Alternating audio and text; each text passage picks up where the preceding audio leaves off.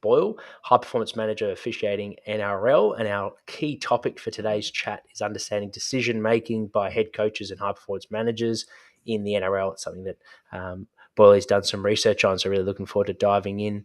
Make sure you get the notepads out, guys, and if you're listening in live, feel free to send us through some questions by hitting in the comment section below, and we'll find some time at the end of the show. But welcome, Boyle. Thanks for jumping on, mate. Really looking forward to our chat. Pleasure, Jack. For those that aren't aware of your background, mate, do you mind sort of providing us, I guess, how you got into the industry, your passion for it, and some experiences that you've done along the way? Yeah. So professional sport's been my life for the last 42 years. I played for the Rabbitohs. It's a rugby league team in Sydney for 10 years, and then worked with 6 NRL clubs after it as high performance manager, strength and conditioning. Then I had 4 years at the Rugby Union, the Australian Rugby Union, and I had 18 years with the Hawks, Wollongong NBL team. And then I think at the last club I was at was Penrith Panthers, and a new coach come in and he said, I quite like you, Boyle, but I'm going with my own staff. And I took up lecturing at ACPE for a while in sports performance. And then 4 years ago, I took on a role as high performance manager on the dark side, looking after the referees. Very good.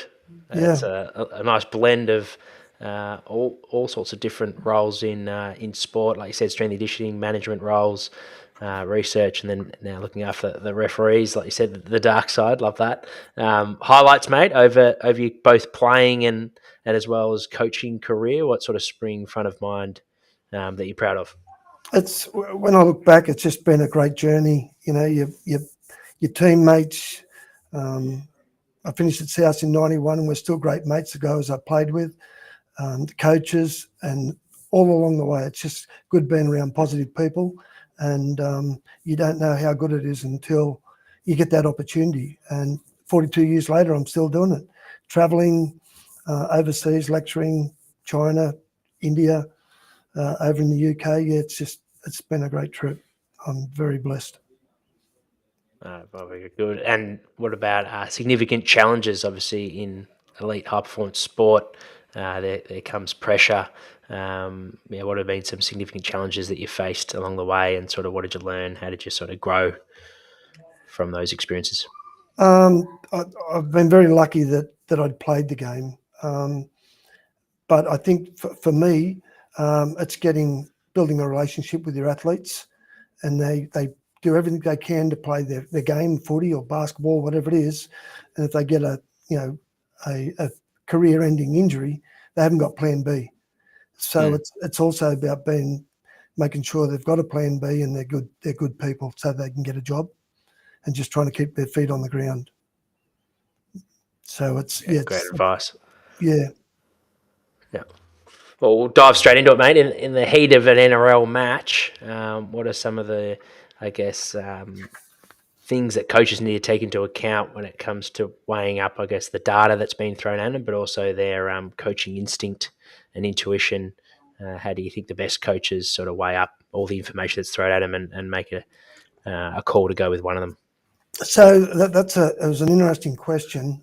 So when I started in 94 as a high performance manager, we had 4 staff: the coach, assistant coach, a football manager, part-time physio, and me, 5.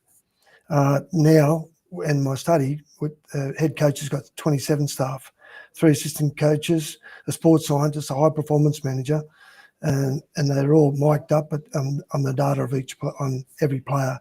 So training's measured, everything's training's measured. So the whole concept of the high performance manager is to mimic the coach's feelings, so they're thinking about the same time. So ultimately, he should know the resilience and the thresholds of each player for him to make these types of critical decisions. Yeah, that's interesting. So the high performance manager's role is to mimic the head coach's sort of feeling, so that obviously they're on the same page. You can only imagine how that would help things work more seamlessly on game day when there's not a lot of time to make these decisions. What would you say is the best way for head coaches and high performance managers that are new to working together to accelerate that process, I guess, to get them on the same page so they're thinking the same way? Well, that was my last club. Like Hook come in and he took 5 of us away and said, "I like you guys, but I'm going with my own staff," and brought his own staff in because he could trust them. He knew them. They knew how to work with each other, and he was ready to pay us out. So normally, when you get a new coach, he takes his own staff with him. And even one of the guys I interviewed, a high performance manager, said that it took him 3 years to get the coach's respect, and the coach was a micromanager before that. So that relationship's very important because the high performance manager, he's got 12 staff himself. So he generally looks after the sports scientist, the strength coach, the wrestling coach, the fitness coach, and he's got to pull them all in together. And that's where it is so important that they respect each other, they trust each other, yet challenge each other as well.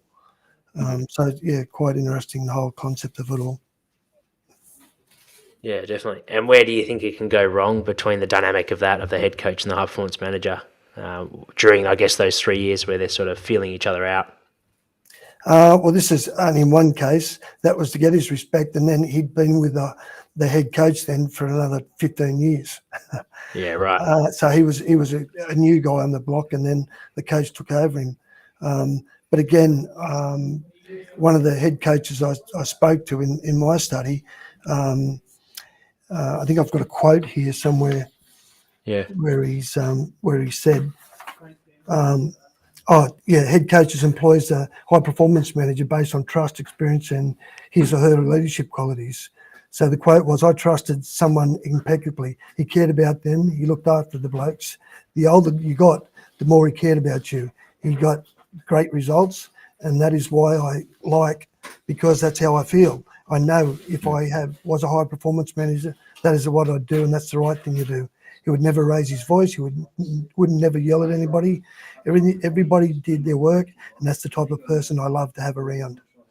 That was one of the longest serving coaches we've had in NRL. Interesting. Yeah, so once the trust and respect is built up over that time, it sort of pays dividends later on.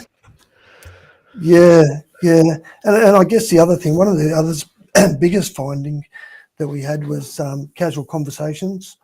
Casual conversations was the most information gathering aspect of anybody in a club.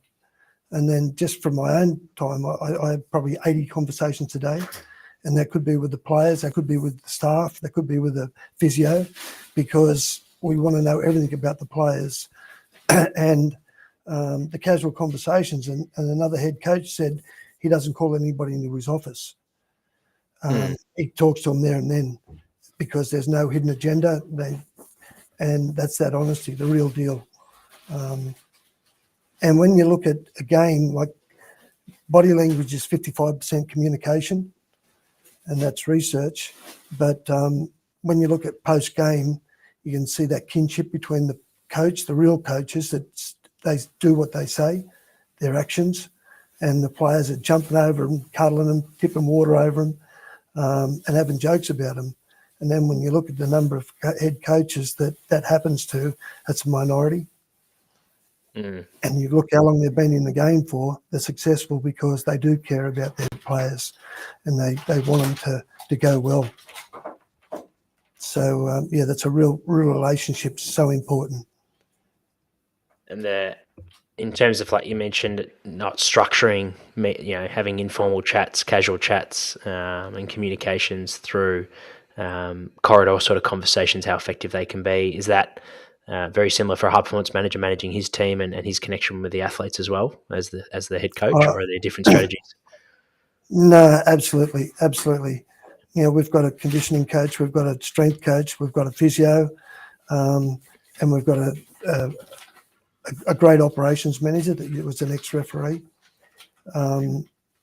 It's good because they'll talk to somebody, to the physio, that they won't tell me, and they'll talk to something to the strength coach, they won't tell me. So we're constantly collaborating and exchanging ideas about what's happening with them all and making sure that they're on track and they're feeling okay. What about on game day? Like coaches are known for, having the ability to be able to adapt the strategy on the fly. do you have some sort of experiences or memorable moments where you've noticed the best coaches have that ability, and what could be the difference between perhaps coaches that are still developing their craft?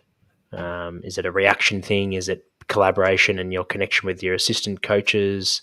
Or is it just simply like a coach's eye that takes experience? No, I tell you what happened. Out of a worldwide pandemic, it was the best 3 months I've ever had in my life. In terms of was able to do my study, but we'd go to the teams, and being with the referees, they use referees for scrimmaging and stuff, but to watch the coaches work with their players. So when you're getting the head coach and he's refereeing games and they're getting upset and they're telling them where to go and stuff like that, he really challenges them and he gets to know them, and he knows their thresholds and who's going to bust and their resilience levels. So it's been a part. And interesting enough, we collect data on everything. We get subjective data, objective data. And one of his quotes to me was, Boyle, I'm not being a smart ass here. I've been coaching for X amount of years. I know when someone's not happy. I know when they're sad because I can see it on their face. I walk around and I watch them. He said, I know when someone's fat. I don't need another piece of paper about that either. And that's the real deal coaches. They don't sit in their office and wait for things to happen. They're in their faces the whole time, and their door's open for them. So that they have that relationship, and they want to keep it simple. A lot of our players, they don't care anything but about their sport. And and this same coach said to me, well, he had one guy come up to me, he said, hey, coach, I've got to get them Dexers. What are they? He said, don't worry about it, mate. I'll tell you what weight you got to play at. You get it that weight and I'll be happy. And just numbs it down and just keeps it simple. So, again, they're the real deal coaches, where the other ones will say things. And I've been at a game and I've watched the game and the coach says all the right things. But when I'm watching the game and his reserves are facing up with their backs to the game, there's something wrong with the culture. Yeah. So can you trust your players, or do you have that relationship? Because you're going to give them the goal, the holy grail, and get them to play first grade, but there comes a day when you've got to drop them as well. So it's a tough gig, and I want to do, personally myself, I want to do more research, as we spoke about, on the cognitive levels and relationships, about the mental side of things that I think we need to learn more about, because all these psychosocial stressors that these players are faced with, and all our teenagers and middle-aged guys are faced with these days, are really critical in our decision-making.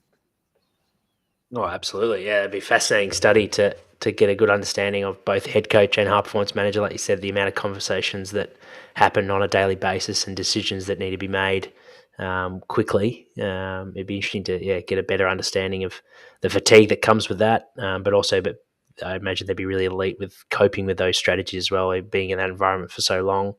Do you think for someone that is striving towards being a head coach or perhaps a high performance manager, are there strategies or things that you can be doing to help prepare you for that, or is it just simply being in the role to get that experience? Being in the role is one thing, but I think you need to have some sort of academic qualifications now. And even I'm also on the board of the ASCA, but we've put in leadership modules in our high performance, in our level 3 coaching, and it's been critical in marking their papers, their workbooks. They're all just so surprised, and that was the biggest module that they've learned from, emotional intelligence and the need to, and I've got another quote here, but basically what the quote is, Boyle, used to be a time where we used to give them 3 slaps around the head, and now you got to give them 3 cuddles. And that's exactly the way they are now. You just can't rouse on them because you get in trouble. So it's just a new world that we've got to adapt to. And obviously you've been in the industry and you've seen the shift towards sort of those two different strategies. Why do you think that the demand for leadership courses and emotional intelligence courses is so much more, I guess, relevant now these days compared to maybe 20 years ago? Where did that sort of shift happen? Was there some things that were happening that people weren't happy with the standards, or is it because the teams are bigger, like you mentioned, from 4 staff to 12 to 20 staff? So is it a different environment, do you think, different demands on the role, or Are there some other things that? Well, yeah, when you go from having a staff of 3 or 4 to 27 staff and 35 players, the role gets a lot bigger. And because the game gets faster, and now we've got all the sports science and technology, you've got more bodies to look after. And the bigger span of control means that you're tied for time. And the head coach is the first there and the last to leave at what I'm saying are the real deal clubs. So, and societal changes has got that way. You get grassroots players. Everybody gets a trophy now. You've got to treat them with respect, and even at school, the teachers are having trouble because of societal changes, and you've got social media, and there's so much information out there that we've just got to be across it all. And you mentioned cognitive studies for those that haven't read any papers or might not be aware of what all that means. What's the interest for yourself in looking into sort of decision making and cognitive decision making for the athletes, but also high performance managers and head coaches? Yeah, well, I've been involved in the game for 40 years, and when I come to the referees, I had no concept of them. They were a necessary evil. I've got that much respect for them now because everybody hates them. They get abused, and they've done about 2,000 games before we get here, and we train them hard, but they've got to have that cognitive ability. They're making 1,300 decisions a game. And they're that busy there, and they've got the captain's challenge, 6 again tackles. They've got to count their penalties. They've got to make sure that they've got to control the game and make it a spectacle for the public. If they let the teams just do what they want and not play by the rules, then they're going to turn it into what they'd call a human shit fight. So they've got to really work hard, and they've got to earn the respect of the players. And the whole concept is the commission makes the rules, the referees have to apply them, and the coaches are trying to exploit them. If you get hit in the head now, go down on the ground, don't get up. Well, that's not really in the good nature of the game. But if that's going to give them more time or get someone sin binned or a penalty, that's something that we've got to deal with the referees. So, their cognitive ability is unbelievable on remembering things and doing 3 things at once. Because the head referee's mic'd up to the 2 touch judges, which will work, and they've got roles to play. They've got a match day coach. They've got the bunker. They're just HIA bin, so they're just working the whole time. And what does a typical training week look like, I guess, in season, and how does that compare to pre-season for the referees? So we've got some great strength and conditioning staff here.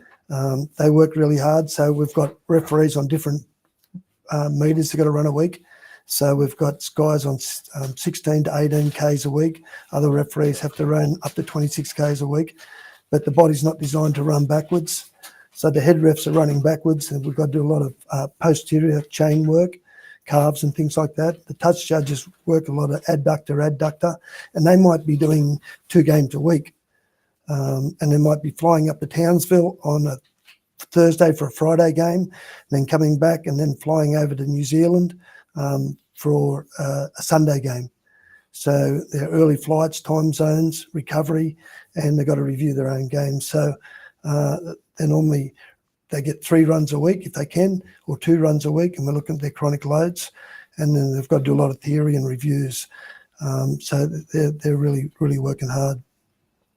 And are they like a team? Are they reviewing the game together, like all those different positions that they're in, and sort of judging how they communicated under pressure together, or is it more individually looking at your own specific role and reflecting on that? So each game of referee, we have 3 involved in each game. So they'll do a post-game review. They'll spend about anywhere from 2 to 3 hours reviewing their own game, and they go into an hour's review with their coach, and they go over any mistakes. In the bunker, they've got coders. They might get 39 code question marks, whether they did the right thing or when they didn't. And they might do 2 of those games. And then as a group on a Wednesday, they'll review the whole lot and have theory meetings, bunker meetings, and coach athlete meetings. So, they're really, really under the pump. And you mentioned posterior chain work. Are they like the athletes like sort of doing some extra work, accessory work in the gym to keep themselves, I guess, mitigate injuries? And like you said, there's different demands to it with the lateral work, and some others are running backwards. How do you sort of take that into account with their program? Is everyone following a individual program, or is it more a group program where they lift together and run together? How does it sort of the Well, management go? they do 3 lifts a week. And they do a lot of posterior chain work. We do a lot of Nordics, a lot of calf work, elastic strength work, for tendons and muscles and things like that. So, and in the training programs, we make sure they do a lot of referee-specific moves, which entitles not only running hard, but also be tough stuff, or they've got cognitive questions got to answer. So they'll have game edits, and they'll have 2 teams, and they'll just get little snippets, and they've got to make sure that they know what the score is by the end of about 15 minutes of exercise. Or they might get 14 pitches they've got to look at before training session, do the training session, and remember all the 14 pitches that they looked at. And I had one guy that was 6 months later, he knew the 14 from 1 to 14 straight away. It's unbelievable, their cognitive ability. And is that that trait quite natural for that referee, or is it something more that he's worked on to develop to that level? Well, a lot of the referees, they have to do it by job. They've done about 2,000 games before they get to the NRL. Mm-hmm. And I think that's a big space there where, with all these new rule changes with our players, are they doing enough cognitive work? When you get tired, someone's going to clock off, and the good players can say, well, they're going to get tired and their heads are down, so they run. I think we need to employ more cognitive skill games and that for the players to be really switched on at their level too. I think sometimes we just take it for granted. So that the whole concept of rugby league now is, Jack Gibson, he was an old coach. We want to make them as big as gorillas, strong as gorillas, fast as gorillas, and we'd like to see them as smart as gorillas. So you just can't be a dummy. You've got to be able to keep working, switched on the whole time. Yeah, 100%. Keep a step ahead of the competition, that tactical side of things. What with the athletes that are listening into that, whether they're basketballers, footballers, rugby athletes, like at what age do you think you should be starting to take that on? Is it something that you can bring to local junior training sessions, or is it more something that you should bring in at a more competitive sort of level, do you think? Here's one I can talk to about. I can talk about Craig Bellamy, because he presented our conference last year. And when he was living at Portland, his dad taught him, you train hard, you'll get lucky. And that was his whole premise. And he went to the Raiders and he trained hard, he got lucky and played first grade. And then when he finished, he kept working hard and he got lucky, and he was assistant coach to Wayne Bennett up at the Broncos. And then he was assistant coach, but he wasn't doing too much. And then one week, State of Origin time, Wayne Bennett had to stay with the State of Origin team. He said, okay, here's your chance, Bellyache. You're coaching this week. So, and it was a Friday game, and Craig was really good at it. He said, I didn't even coach him. I turned up on Wednesday and we had a training session, and we went down to Campbelltown to play the West Tigers. Next day in the paper, Super coaches baby Broncos to victory. And he said, in 21 years later, I'm still coaching the Storm. But he said, if you want to play for the Storm, you got to work hard and get lucky, but you got to care for your players and you got to care for the club. And that's, team first culture. They've been very successful for the whole duration. Absolutely. And that team first mentality, what does that look like in terms of actionables, do you think, from the sort of athlete's point of view? Well, it's about training when you don't want to train. It's about caring about other players in the team. It's about having a crack in the gym all the time. I don't feel good today. Well, ask those other 17 players if you can take it easy today. If they say yes, we'll talk about it. That was my response. Or you're playing against a guy on the weekend. You think he's lifting at 50%? So there's a lot of things in there that and the reactions about team first. Don't be selfish. It's so important. You just got to keep on top of it. But again, as coaches, we've got to lead by example. It's not what we say; it's what we do. And what do you think that looks like from the best coaches in terms of habits? Daily routine. Yeah, well, it is the daily routine, and as I said, the coaches are in their faces all the time. They're not sitting in their office for everything. While the players are there, they're available and the door's open. It's never closed. And again, a lot of the coaches don't sit in their office much because they're around walking through the players in the morning, greeting them all, seeing how they're doing. Body language, 55% communication. They're in the physio room working there, how you feeling? And they're just in their face the whole time. And then, when the players go home, then that's when they've got to get down and do their work. And that's kind of where they're at. If they see if someone's not happy, come on, let's go. What do you mean? Let's go. I'll take you out to my farm for the day. So it's a classic by one of the head coaches. And they've got personal lives they have trouble with, and but that's not their go. They don't bring it to training with them. They're there for the players there and then. And that's what happens. They build up that relationship with them, and then the players will do anything they can to please them and the team first. And you can see that with Penrith the last few years. They've been good. They keep bringing young kids in, but they keep slapping and having fun. And, Ivan gets all the accolades after winning the grand final again. And it's not just a shake or a thank you. It's a cuddle. And, it's the real deal stuff. And those, like you mentioned, the 55% communications through the body language, is that something that leaders, should start to adopt as well? If coaches and staff are using it from a effective level of communication, and how can leaders be using that, whether it be on the field, or perhaps in meetings, or even just from your day-to-day communications? Is that something you've seen with your best sort of captains and leadership group players? Yeah, they read people. They're very intuitive. And then, the old Myers-Briggs test, personality traits, if you're intuitive and, you read people. And, and quite often I'd be in the gym and someone had come in. I said, "Are you happy?" And they said, "Yeah." I said, "Well, tell your face." It just wasn't happening for them. So go back outside and leave it outside and come back in and train. Yeah. That's great. I love that. And you mentioned the evolving sort of landscape and how it's shifted over the years, from 3 slaps, to 3 cuddles. Like, what would be some future, whether it be technology or different strategies to communicate that you sort of see? You've mentioned the cognitive space and the research that you'd like to do in that space, and perhaps you want to shed more light on that. But from a high performance manager's sort of position, where do you sort of see the advancements in the industry over the next sort of few years? We've got a very Google. You've got people listen to you all the time, so they can just Google something, a question, and get answers. So what happens with that? We've got to use evidence-based stuff, but we've got to, if we can't explain what we're doing, why we're doing it, when we're doing it, and how we're going to do it, we don't deserve our job. And as an example with the referees this year, we've got a conditioning coach this year that pumped them, and we interviewed them after the pre-season, and they said it's the hardest they've ever done.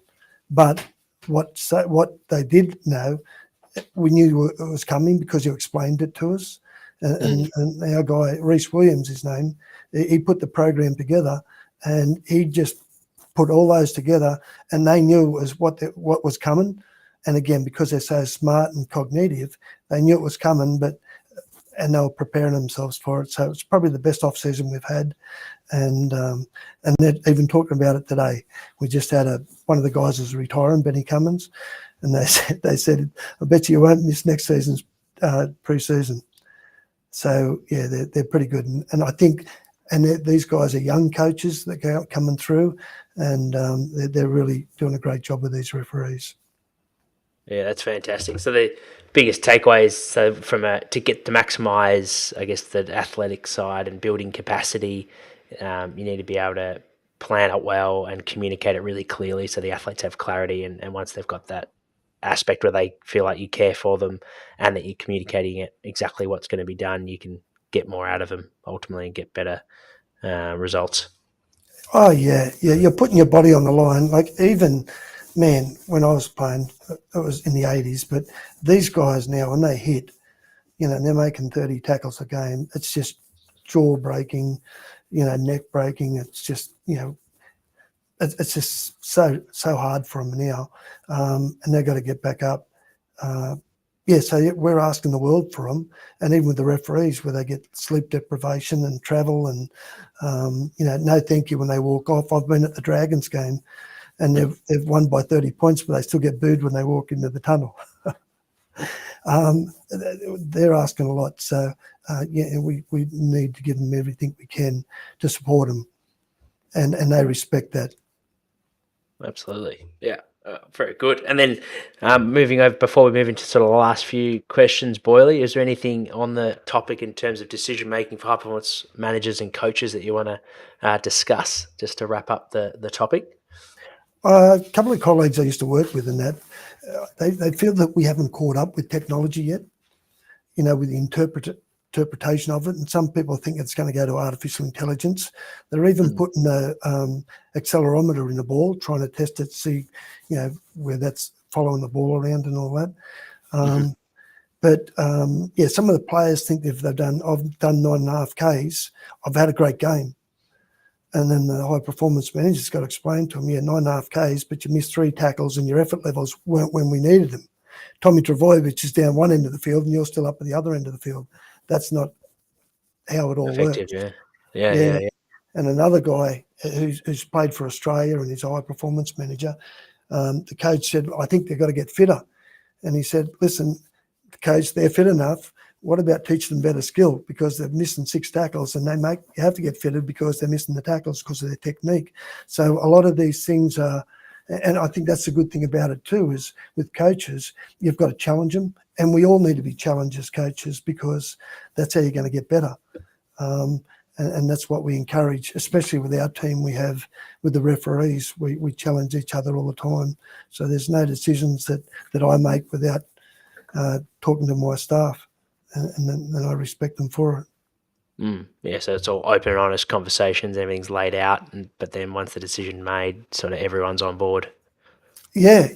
We come up and, if they think it's a better thing to do, well, you guys have been here, about refereeing and, let's go with that way. Yeah, but we're looking at all angles. Going back to your career, mate, who were some strong influences, mentors, if you like, from a strength and conditioning sort of high performance manager point of view? There's countless of them, but I've got a list I put together. Ashley Jones, he was my first mentor. I was just finishing rugby league, and he's done Australia. He's been with the All Blacks, and Dan Baker, he's been a mentor and friend for a long time. Lionel Potter was in jail for 14 years, but he taught me about life and not giving things to people. He was so humble, and we'd go on trips away, and he said, come on, Boyle, let's not become institutionalised. We did Alcatraz together and we travelled all over the world. John Mitchell, Trevor Clark, Sophia Nymphus was my supervisor, and she's always been a mentor for me. Not a very big stature, but certainly an athlete and a great lecturer and coach. The Australian Strength and Conditioning Association has been fantastic in terms of you've got to mentor somebody, and you've been through the system yourself. I mentored you, and you've got to keep mentoring and give something back. But just the conferences that we go over the UK, over to America, Hawaii, it's just been amazing. So, I think we're going okay, not just in sport, but the athletes that we have, our track and field athletes. And, it's just an amazing journey. And what about in your work life? Do you have pet peeves, anything that makes you angry, either on the job or from the industry, the strength and conditioning industry? Traffic. Yeah. I've been travelling 4 hours in a car for 42 years. I travel 100 Ks here and 100 Ks back most days. And if I get the traffic, it really peeves me off. Yeah, that would peeve anyone off 4 hours in the car. What about on the flip side, more on the positive note, favourite way to spend a day off? I love surfing and time with my family and friends. Yeah, I live close to the beach down the south coast of New South Wales, and grab me board, go over there, and just go for a surf. It's a great pastime, even at my age. Longboard or shortboard? I've gone long at 7 foot now. I've gone from 6'6" to 7 foot. So, still get out amongst it a bit, get washed up in the Yeah, rocks a nice. few times. Good fun. And Yeah. we're shooting this recording for those listening to the podcast rather than the live. Is late August 2023. What's on the horizon for you, Boyle? What are you excited about for the rest of the year? I'm looking forward to the finish of the NRL, see how what team wins. There's a wide variety of teams that can get there, and I'm looking at embarking on a PhD and on this cognitive training and profiles of referees, coaches, high performance managers, and players. So it's going to be an interesting journey for the next 4 or 6 years, maybe not just this year. Yeah, massive. I love that. So it was your thesis that you did on the subject, and now you're going to dive a little bit deeper. Tell us about that. What are you interested to find out about, or what are you curious about in terms of that topic that you want to research on it some more? So the big thing is even doing a master's of research is tough. I wanted to quit, because you don't know what you're doing. But with this one, I'm going to with my eyes open. I really want to find out and help the game and help the referees and pathways and things like that. The more we understand about them, the better the game will be. And I think a lot of people playing any sport, if they don't want a career or anything like that, they want to play sport, well, it's going to keep them off the streets. And I think it'll be a great opportunity to do something and learn along the way myself. 100%. Great cause. Thank you for sharing that, and it's a great insight, and looking forward to reading the research. For those that want to follow up with some questions, mate, where's the best place to get in contact? You can get me on LinkedIn or just davidwayneBoyle@hotmail.com. Yep. And we'll then add the link. I'll answer. Yeah. We'll add the links in the show notes for those listening in. And thank you, Boyle, for jumping on. Really appreciate you.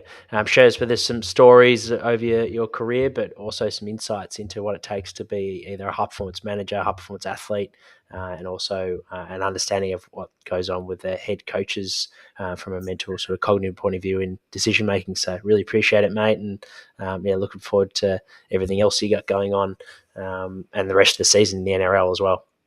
Thank you, and congratulations on your career too, Jack. You've come a long way since we met years and years ago. I have, yeah. You've got me on a good path. I appreciate it. Thanks, mate. Thanks for listening. Thank you. Bye-bye. Thank you for everyone that tuned in. Our next live chat is with Jeremy Hickmans and Blake Duncan. That's 4:30 p.m, 6th of September, which is next week. So I look forward to seeing you guys then.